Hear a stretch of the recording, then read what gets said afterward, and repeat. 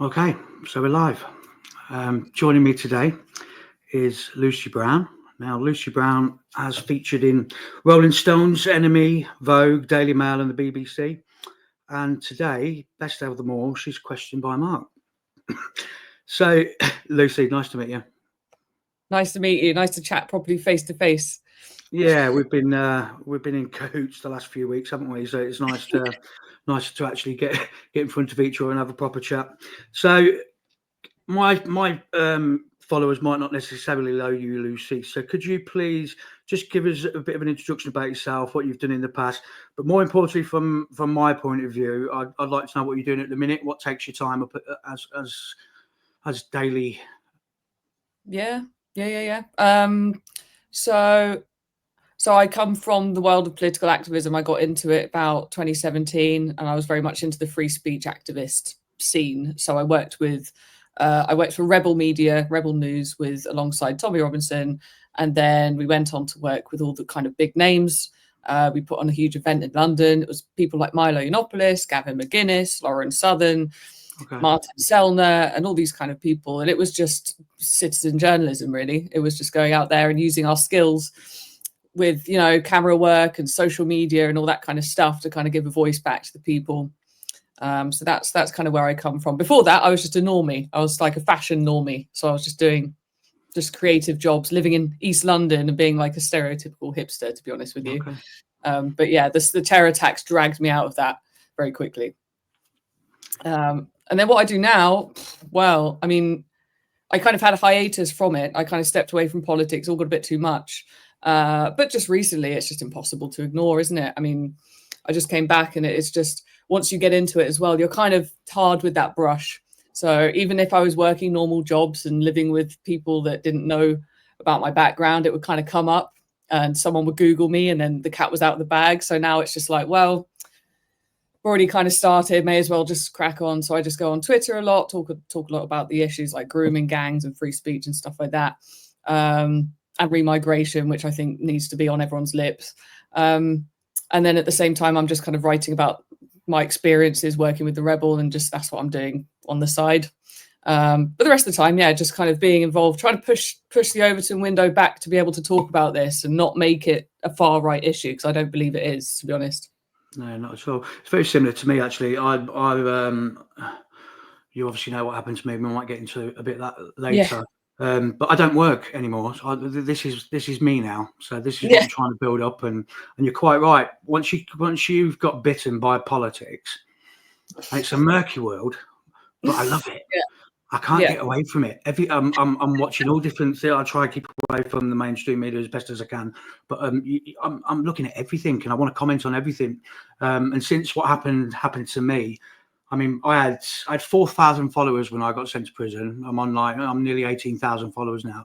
So what I get from that is that people are interested in this sort of thing, and more than what governments will want you to believe. So yeah, you're quite right. I think it is a murky world, but it's also a world where you can do good things in as well. And that's what I'm trying to do.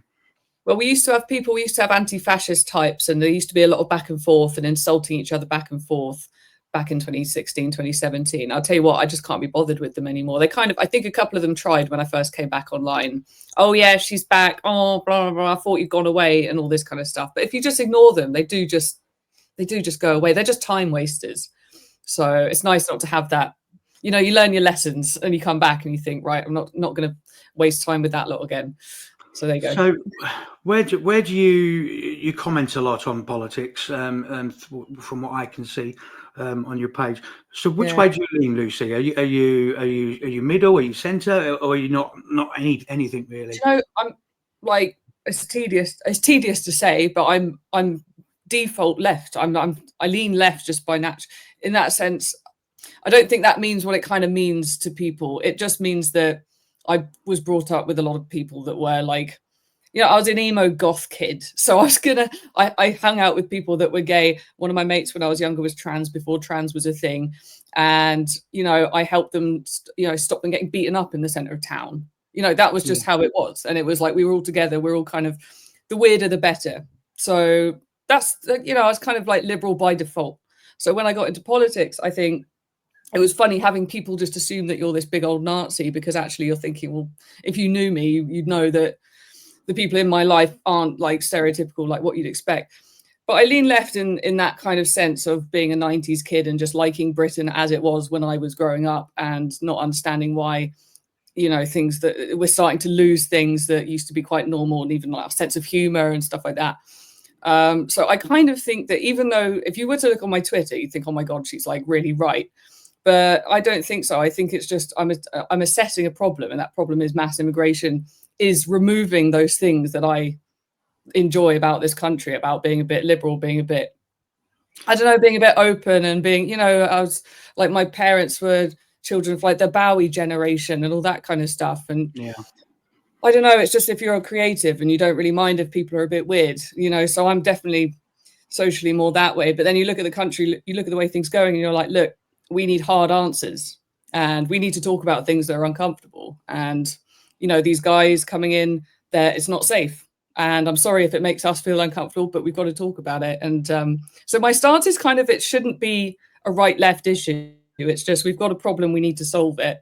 And I think more people from the left should have been coming out like I was. I'm annoyed that they weren't. You know, instead they had to call people like me a Nazi and punch us and make themselves feel better, basically. it's funny you should say it, because obviously, like you just said, the first glance at your profile, obviously, I've been and had a look and to get my own view on you based on what you publish. And you're quite right. It looks like you sit centre right, but I kind of knew that wasn't the case, and I knew that's why I've asked the question of where you actually sit, because first glance you would say you're one of me, far right, etc., etc., etc., which is so far from the truth, it's unreal. But I kind of knew that you was a bit more liberal than that. Yeah, you get called it enough. And I think what happened in the past was people call you a Nazi enough, you start thinking, well, whatever, then I'll just go and hang out with people that are more to the right because I'm a Nazi anyway. And it's a weird way that happens. And then you end up winding them up with stupid jokes and posting stuff and, you know, basically being the thing that they're saying that you are. But then looking back, I think I always was a bit liberal in that. I went around different right-wing groups, but I would always get into little, not arguments, but debates behind the scenes of why shouldn't we have like gay bars and stuff like that. And it just be like the old people, what do they call the sensible gays or normal gays? That's what they call it. That's what Trump calls it. Yeah. But just like people that are a bit normal, that aren't going out there trying to, you know, give drugs to children. Like, can we just have it back to where it was, where you could just go out and have fun, and that existed, and people could live separately, and, you know, just pick and choose and not have it rammed down their throats, you know. So first thing I wanted to talk to you about really was this vote. So we're talking about grooming gangs now, and they took a vote in Parliament. Was it yesterday? I'm losing days. I think it's the day before. Was it? Yeah, day before. 364 votes for, 111 against, and that vote was for a national inquiry into grooming gangs. Now, obviously, Keir Starmer's had his say. He's gone around all his team, and it appears that they've all took notice of him. First of all, I want to get your broad thoughts on grooming gangs, and what you felt about the vote, first and foremost.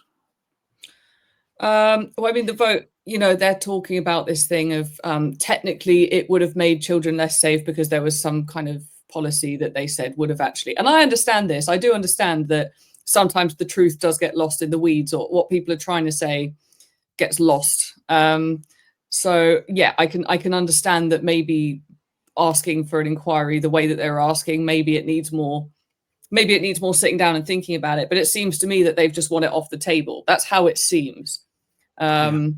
So that's the problem, is the language that they're using. It's the women sitting there rolling their eyes when Rupert Lowe is speaking. It's trying to interrupt him. That to me is, you know, more evil. It just looks evil, more evil than any sort of far right person that I've met. It's just like, it looks like they have no empathy. It was disgusting, wasn't it? It looks like they care more about the feelings of rapists than they do about the victims of those rapists. So they need to really, I mean, Labour as well had that video that they put out recently with those lyrics that are just terrible. They really are having a PR nightmare at the moment, and they are starting to look like the pro grooming gang party. So they really need to think about this, because the fact is we're having like a second wind of like, why is that normal? Why are we used to that? Why have we just accepted that as part of our cultural identity, that we just have grooming gangs? Like, no, we need to, you know, we've been sleepwalking through it as if it's normal. And the fact that America are reacting to it so viscerally, and we're like, yeah, it's not normal, is it? And it's like we're being woken up from some abusive relationship or something. So Labour need to just understand that we want something. We want something, you know, we're not just going to go away and say, oh, okay, they voted against it. No, we do need to really open this up and be like, what police, you know, what corrupt police officers were involved, and politicians and councillors, and we need to get them out. We need just a big reckoning. Obviously, it'll take a long time, won't it? But I don't care. And I think a lot of us don't care anymore, because we just can't have it continue. No, we can't. And it's disgusting that it's even a thing that we're actually debating whether we should be talking about it, in all fairness. So what systemic failures allowed this to happen, Lucy, in the UK? What, from your point of view? I just don't understand why people had no idea that, you know, I'm sorry, but the Pakistani community has a lot to answer for. And if you look at videos from that area of the world, it's not looking good, for like the way that women are treated, surrounded in marketplaces, and just apparently it's just common that you'll get accosted, you'll get sort of basically assaulted just going out and about. So why would people just suddenly come here and stop thinking that about women, you know, especially young women?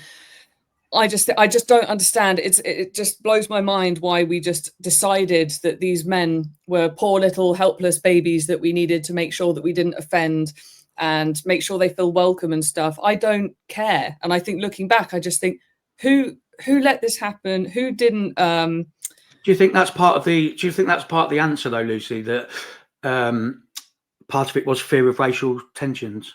Yeah, and there have been threads now on Twitter that I've seen from people talking about when they were kids in like the 70s, and their mums and their grandmothers would be saying, don't be careful with those men, be careful, because there would be stories even back then of women, you know, they'd be outside schools, they'd be offering them sweets and stuff like that. Girls would go missing for a few days and then weeks, you know, they find them chained to a radiator, being given drugs and stuff like that. If this was such common knowledge that mums and grandmothers knew to warn their kids about it, then why did it keep coming in? Why do people keep coming in? And why did the police and everyone just not seem to act and not seem to take that on board? I just think it's just, you know, people talk about a rape culture when in America they were like marching, like the feminist marches, talking about rape culture. This is the biggest rape culture I've ever seen in my life. It's crazy. And I just don't understand how being anti-racist was more important than that. So yeah, it goes deep, doesn't it? I personally believe that is part of it. Institutional neglect.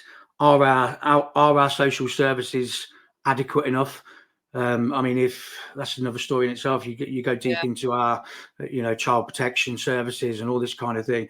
Are they fit for purpose? And I think things like this are just showing that they're not.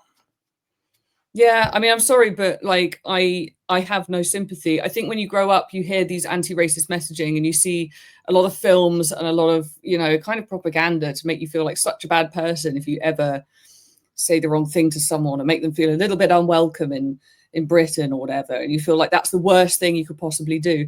Meanwhile, now, since kind of coming out of that left-wing bubble and since learning about the world, you're like, no, there are people out there who they look at you like you're a prostitute and that you deserve it. And, you know, they will happily take a child. They're not looking and thinking, oh, what a sweet child. They're thinking, yeah, she's ripe, you know, and it's just disgusting. And the fact that we have no concept of this, you know, and then you get these middle-class Karen type women that will be assigned someone like that, like a very misogynistic male, and they're taking them around and almost treating them like a child and being like, oh, come on, like come to the shops and I'll buy you this stuff. Oh, this is what we eat in this country and I'll make you feel welcome.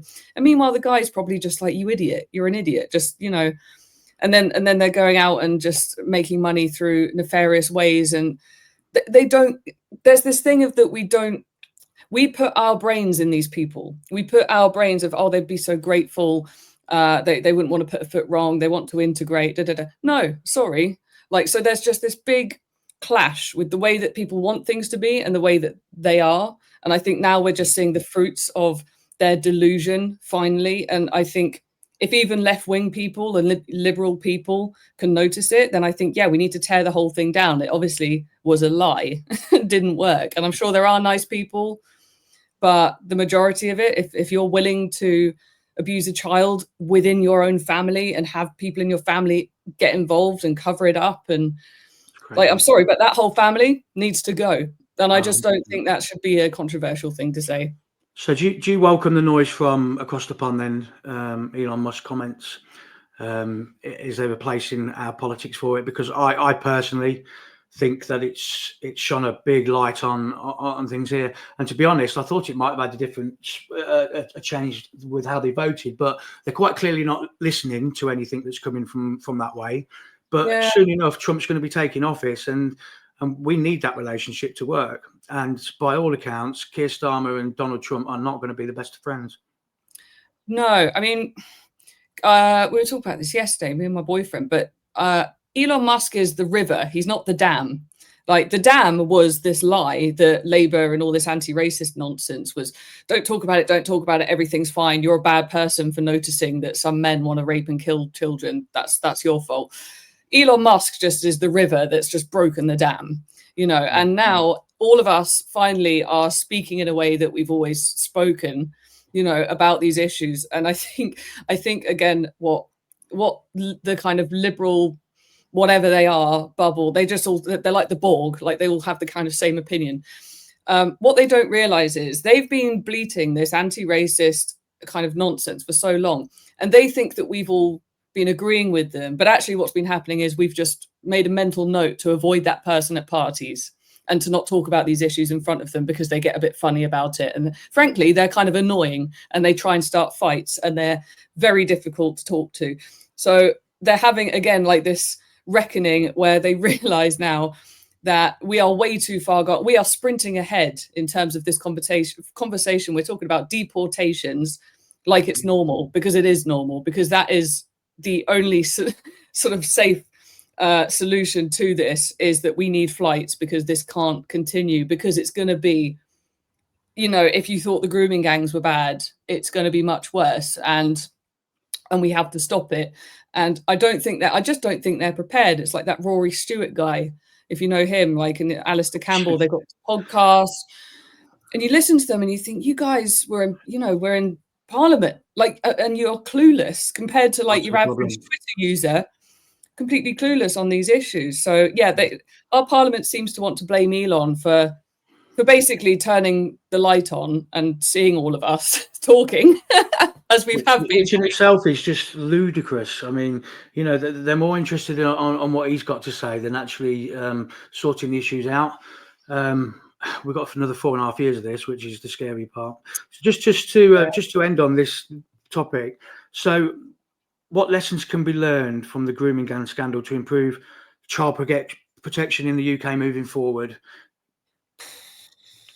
I know it's a bit broad, but I just think we need to really be looking at these guys and taking off the kid gloves. I'm sorry, but there are men out there that are way worse than, you know, some high school jock that you're talking about signing consent forms and all this kind of stuff. When people talk about toxic masculinity and toxic misogyny and stuff, it's like, I think people tend to put a white face on that, like a young white man. And they think, and the way that feminists talk about it, they make it seem like it's white guys that I'm sorry, but there is a misogyny that is it's so bad that I don't think they're ready for it. And I think, but you do need to actually be anti-racist and put that aside and just treat people. And you have to understand that there are different cultures that think that you are just a whore. Sorry, but that is the way that they think. And you need to understand that. And once you understand that, then you can understand why it's a bad idea.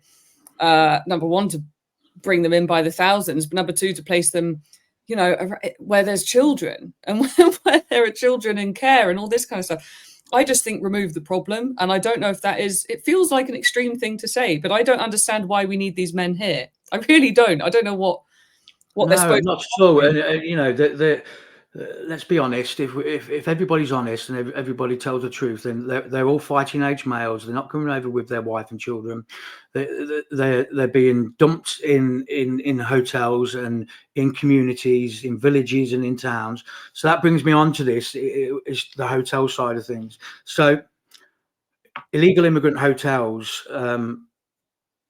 have been set up. So what's been happening up and down the UK is normal hotels have been taken out of circulation just so we can house these illegal immigrants in the hotel at a cost of £8 million a day. That £8 million a day is just the hotel cost. That's not with anything else. So this £8 million a day is just a false figure anyway. So you've posted a lot about them recently. So can I just get your broad opinion on these hotels, and then we'll have a look at the nooks and crooks of it? Yeah, I mean, there are. It's kind of rare that you will see women and children, but there is actually one in Cambridge that I went and had a look myself, and it was mainly women and children. I thought that is astounding because. Is that right? Which one was that? The one in Peterborough? It's in Bar Hill. Okay. In Cambridgeshire. But yeah, it was women and children. I was like, wow. And I was like, I wonder if that's because it's Cambridge. I'm not sure. But there's another one up the road in Peterborough that I know people went to. I've been to that one. It's the Dragonfly. Yeah. That is definitely all male. But I tell a lie. I have seen a couple of females there, but the vast majority are male. I've been following on these YouTubers, and I think it's too close to home. I mean, that hotel in Cambridge is where I was swimming as a kid, and where me and my parents would go, and they now can't go there anymore. And that's where they used to go to the gym. And I just remember coming home one day, it's like a year or two ago, like, oh yeah, do you still use that gym? Oh no, we can't. It's a migrant hotel now. And it's just one of those things where it was like, oh, that's now it's happening in my life. Yeah. It's just that thing of like, oh God, that is close. And you sort of think, right, and how long is it going to happen? I started messaging them. I was like, how long is this going on for? And it seems indefinite. You're like, okay. So again, it's just this service now that the local area can't use. They cancelled a bunch of weddings and stuff like that without really any notice. So again, people losing money. And it just seems like it just happens so fast. And it's there's deals in place, I think, because the hotels, a lot of them are in disrepair and they need money. This is just a quick way of getting money. There was a guy called Graham King who was in the Daily Mail called the Migrant Hotel King or something like that. And he's one of these guys that is living on a bloody island, and all this money he's making from these hotels, sending his daughter to private school so that she can then make anti-racist artwork to sell. It's just like, for God's sake, like this whole thing benefiting some rich white guy somewhere. But the thing that I don't like about it is they call it the scatter method. And that just sounds evil, to be honest with you. It's like, okay, let's get these, isn't it?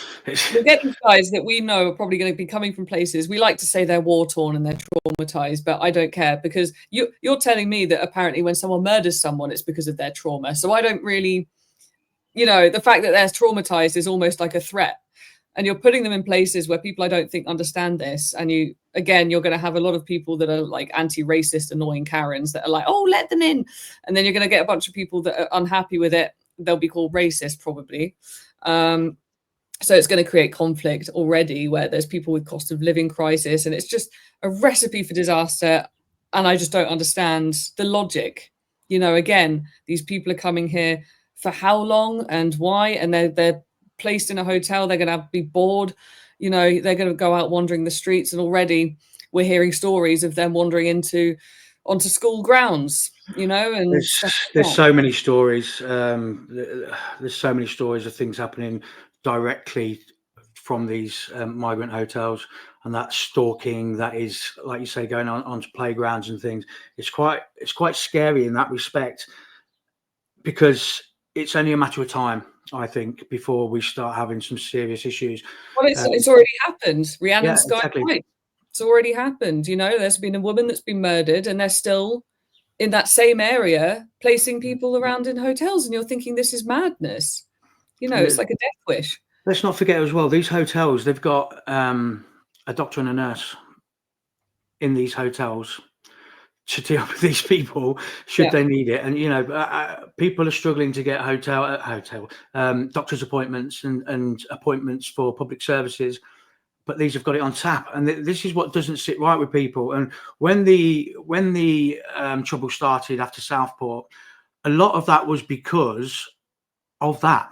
It wasn't necessarily the three girls being killed was just a tipping point, but I know of reasons why people went out onto the street, because things had happened to them previously based on migrants that were in these buildings and centres and hotels and things like that. So it's all a knock-on effect. And this is cost. They put out a price of £8 million a day. Actually, the actual cost on aid spending for migrants and hotels is 4.3 billion, and that is 28% of our aid budget being spent on this. That in my book, that's absolutely bonkers.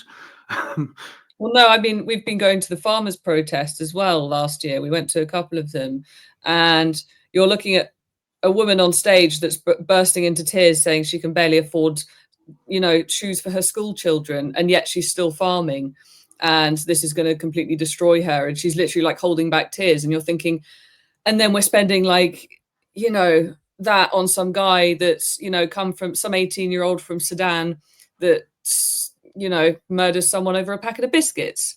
And you just think the money that we could save, and it just, I don't know, it's so incompetent that it borders on malicious. It feels deliberate. And I don't know if it is deliberate, but it feels deliberate. And again, that's the problem where you've seen the rise of what they call the far right. It's just people noticing this and saying, well, this feels like you're doing so, you're literally attacking us. You're taking away from us, and then you're attacking us when we respond to that. And you're leaving us destitute and literally trying to take all of our land away, do a land grab from the farmers. And then you want to build flat pack bloody houses that are going to destroy the environment, that are going to make essentially slums just to plonk all these people in that don't like us, hate our culture, and are potentially violent to women. What is this plan? What is this? Why do we weren't asked about this? So yeah, that plan is obviously is to build 1.5 million homes over 5 years. So I want to ask you about that. Do you think that Labour pledge of building 1.5 million homes over 5 years is realistic, achievable, and will let any British citizens see any of these homes? No, they can't. They literally can't. I mean, there was people online talking about it. They were like, we don't have the materials or the manpower. And on top of that, what is this thing of we just need more homes? No, we need less people. Keir Starmer came out when? Is it July, August, or no? It was after the riots, I think, when he was talking about the Great Experiment and the fact that Tony Blair put us through this open borders experiment without asking us, and it obviously failed. And so all of these people are here again. I'm sorry, but against our will, against our consent, and against our knowledge. Again, I don't know if I am just I don't know if it's a radical thing to say or just pragmatic, but I'm like, okay, well, all those people can go because they shouldn't be here. I don't know that it feels like an extreme thing to say, but it's not. The thing is, it's not a far right thing to say either. And I mean, that I wear it. I wear that badge with honor now. If that's how you see me, then that's how you see me. Just he's British at this point. Exactly, and the left then. The ones that are agitating this online, it's far right this, far right it's that, but the most frustrating thing is that's what the MSM run with, is that version of events. So it's not going to please everybody all of the time, are we? So I read something this morning about this 1.5 million homes, and there's actually a report out today, actually, as I did a little bit of research, that new housing projects are at an all-time low. So this 1.5 million houses isn't going to happen, and pretty much everything that Labour said isn't going to happen. It's all due to this £22 billion black hole. We're in a difficult time here, and I don't personally see how we get out of this unless we change the two-party system, and we fall in line behind a particular party. I'm a Reform voter. I will be from here on in. So yeah, it's difficult. It's difficult.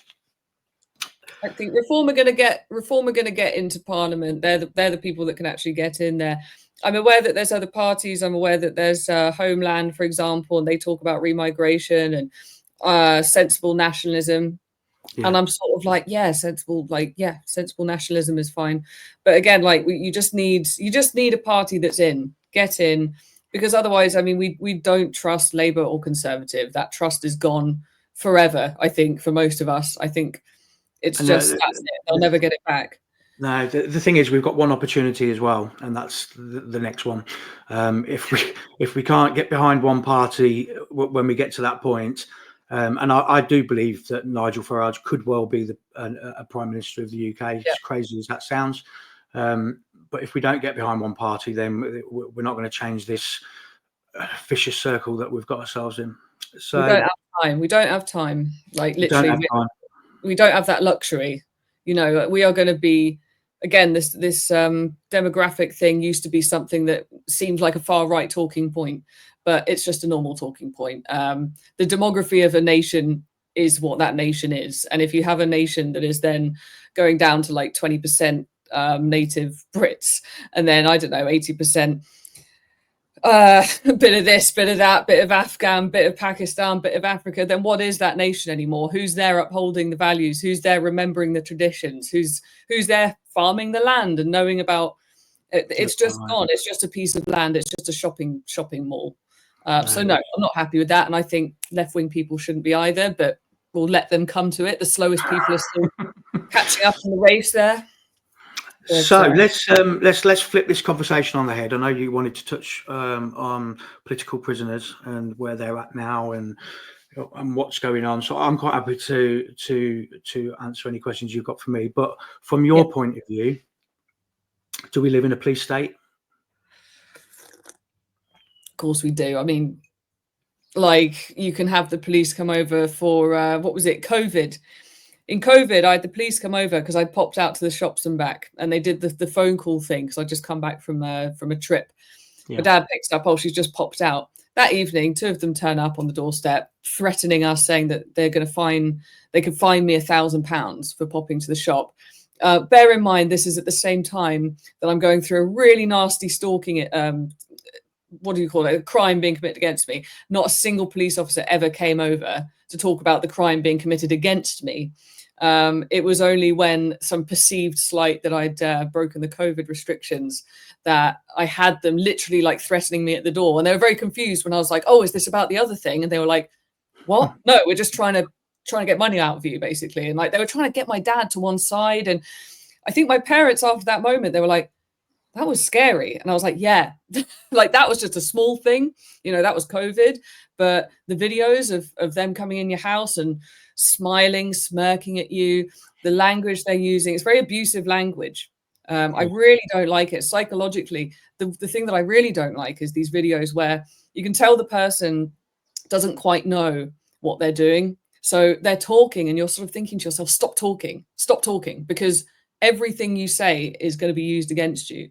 And it's just terrifying the way that they can. I mean, the people that are in prison right now, I do think, like, I get it that there's a level of incitement versus malicious comms and stuff like that. I do get it. But Facebook post saying, do this to the hotel for all I care. You know, that woman that went in, she said, set fire to it for all I care. Very unpleasant thing to say. I see worse at pretty much just every Palestine protest. You know, there were people that they went into, there was some court thing because they had a picture of coconuts. They had Rishi Sunak and Suella Braverman as coconuts. They won that case and they thought that it was some big thing for free speech. And I was thinking, okay, so legally you're allowed to insult somebody with brown skin by implying that they're white, which is a bad thing. So being racist against white people. So you can get off with that. But there was a guy that got in trouble for saying Christians should rise up or something. Like, that's it. And he got in trouble for just saying that, like in some other case. And you just think it's very, like, it's very obvious that there's a two-tier thing as far as I'm concerned. And like from where I see it. Going back to what you say about police turning up at the door, people do know this, but since I've been out of prison and my court case has been done, I've had 2 separate visits by police since I've been out. Really? Knocked my door, just to scare me, I think, because both times I said, look, what are you here for? And they said, we've been monitoring your X account, and we believe that some of the things that you are publishing may cause offence to other people. And I was like, are you arresting me? No, we're not. We're just come to give you a friendly warning. See you later then. But that's happened twice. Twice. That's weird. And again, like I say, I was a victim of a crime for 4 years. Never once did the police come over and say, are you okay? You know, hi, I'm the investigating officer. Like, we're dealing with it. Nothing. I felt so totally abandoned. But if I went online and said, you know, something inflammatory, then yeah, they'd be over there like a shot, I think. Yeah, I've been quite consistent with people that have been arrested for posts. You know, I go and just do a bit of digging, and there's a lot of people that are in jail just for saying throwaway comments. People that are telling people to go and burn down migrant hotels, I've got no sympathy for. When people were rioting, and if they're busy kicking windows in and robbing Greggs or whatever they were doing. Oh yeah, lush, yeah. You know, I haven't. So I've always been mindful of, you know, who I back and who I don't back. But when you've got young girls that are just filming it on their way home, Cameron Bell, she shouldn't have been in prison. Her boyfriend stands in trial in January. We've got a lot of people that are in prison at the moment, and having been in there, I know that they will be targeted in there, as I was.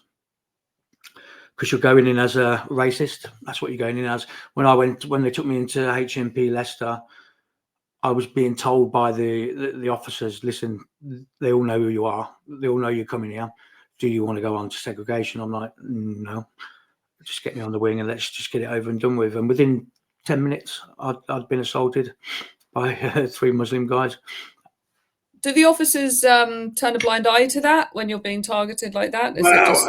It wasn't something I brought to their attention, to be honest, because I didn't want to make my target bigger than what it already was. So I just took it as how it was. The lads in the cell next door, they came and pulled them off essentially, and that was that. And I didn't really get anything other than that whilst I was in there. But I wasn't in for long because I managed to get my bail. So I did watch your Dan Wootton interview, and what's her name, Beverly Turner from GB News. Is that Michelle her name? Dewberry. Yeah. Oh, sorry, Michelle Dewberry. No, I watched that and I was quite shocked. So I was thinking, what you went through, and it's lucky that you got out, you know. But you were talking about some serious assault there, and I was thinking, so is that what? You know, we sometimes it's out of sight, out of mind, and the news cycle moves on. But I'm thinking, well, we know that Peter Lynch obviously passed away, and I think that's warrants a huge story to look into one day. On that, I have had contact with some family members, and there is definitely a story to be told. They're just not ready to do it yet. I'm trying to get that, but it's not just a simple case of man holds placard, man goes to prison, man commits suicide. No, I can imagine. You know, there's a lot more to that, but I'm treading carefully. I don't want to, upset them. I've got a line of contact, and I don't want to break that at the moment. But there is definitely a story to be told. But I nearly travelled up again, and I was just told, like, just it's a bit less. I was going to drive 3 hours. I was that incensed to the funeral, but then I was like happy to see that there was a big turnout. But there was something about. Oh, sorry, I can't say. There's something about that's very evil. That I think that was bad enough. I mean, that should never have happened. But those people are dealing with that every day, and just because we don't see it doesn't mean it's not there. And I can only imagine the hell that. I mean, how many are there? How many prisoners are there? I don't know is the honest answer, because I've tried to get a number on just how many cases that there are. I don't know is the honest answer. I know that the majority of them are on remand. They've not even had a trial or anything like that yet, or sentencing for that matter, because, I mean, I was lucky. Mine got pushed through within 12 weeks, which was unheard of at that time. So I don't know is the honest answer, but we're talking hundreds, I would say. So you're talking waking up every day knowing there's a threat on your head, and it's just dog eat dog, and the people in there, and then on top of that, to have that Sky News reporter kind of making a joke about it, that they're not going to get a very warm reception in there. It's just evil. And I think, again, that is one of the things that people really need to understand, is when when you get people that kind of come over to the right, it's not that we've all just suddenly woken up and decided to hate everyone that doesn't look like us like the next day. I think that's completely wrong. Or that we've just decided to hate people for their religion or something like that. It's not that simple. It's just understanding the threat that is out there, that you can get put in a prison cell, even though it is against technically your human rights and your right to free speech and stuff like that. It doesn't matter. And you can end up being in that position where you're waking up every day in danger, and the state, that's what they did that on purpose. They knew that you were going to be in that position. There's no quite safety. right to say that. It's not just a case of sitting in your cell and doing your time. It's pretty constant in there. I mean, I'm an ex-prison officer, so I knew my way around the system anyway. But there's people in there that obviously don't. I know Cameron Bell went through hell while she was in there. I interviewed her, and I'm still in contact with her. She's just now starting to feel herself again. She's been out for weeks now. Yeah, it'll be trauma. So even if you get out or whatever, that will stay with you. You will be a changed person when you come out.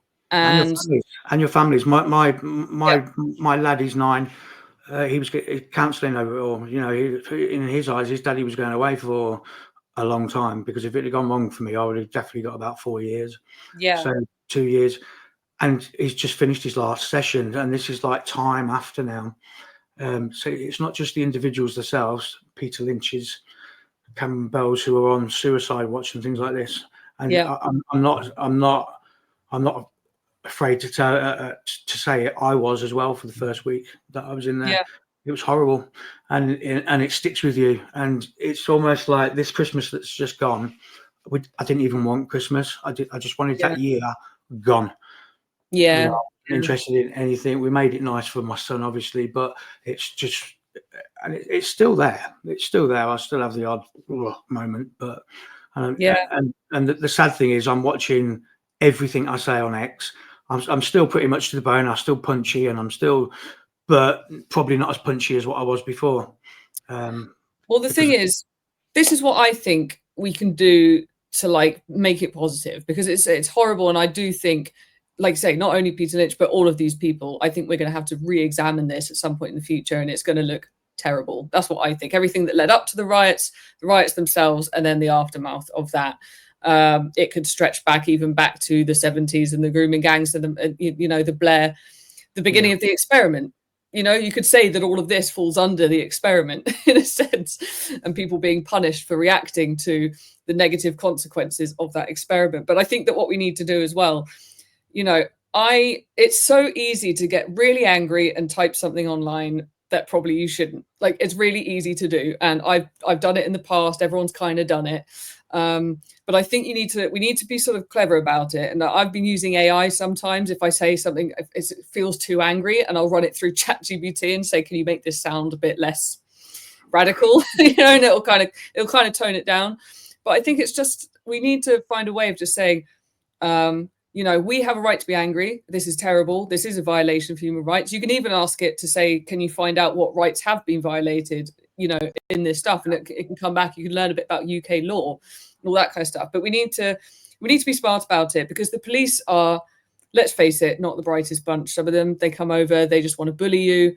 They don't really have free speech training. They're not really thinking about the actual, what you're saying and whether or not it's true. They're just thinking, I've been told that I have to shut you up, and I have to intimidate you. And they've got this training that is probably completely at odds with what we're saying. It's everything the opposite. So we probably sound like conspiracy theorists talking about some of the stuff we talk about. But if you can back it up with, facts and everything, and if you can just find a way of making it like not as inflammatory, then you can push forward. Because that's what, again, people like the far right, they want it to be grotty and, too much and nasty and all that kind of stuff. And I think we need to just evolve past that, because it's not just the working class. Not that was a problem, but the working class were the first people to have to deal with this. So the fact that people are having a go at them for not speaking properly or for not saying it right, I think that's just, evil on top of it as well. They were the people whose daughters were being groomed, and they were the people who were then called racist for not using the right language to talk about what the state had done essentially to their daughters. But yeah, we need to just get smarter. And I think now the tools are there.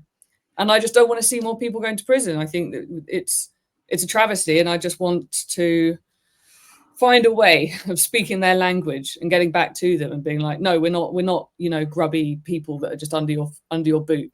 You know, this is a new generation of people now that we see through it. You know, we need to stop this. You're quite right, and well said. Lucy, you've been absolutely incredible. Thank you for coming on my podcast. I will certainly be tapping you up to join me again at some point in the future. I've loved talking to you. I really have. You're very sensible. You say everything how it needs to be said. So I appreciate that. And hopefully I'll speak to you again soon, Lucy.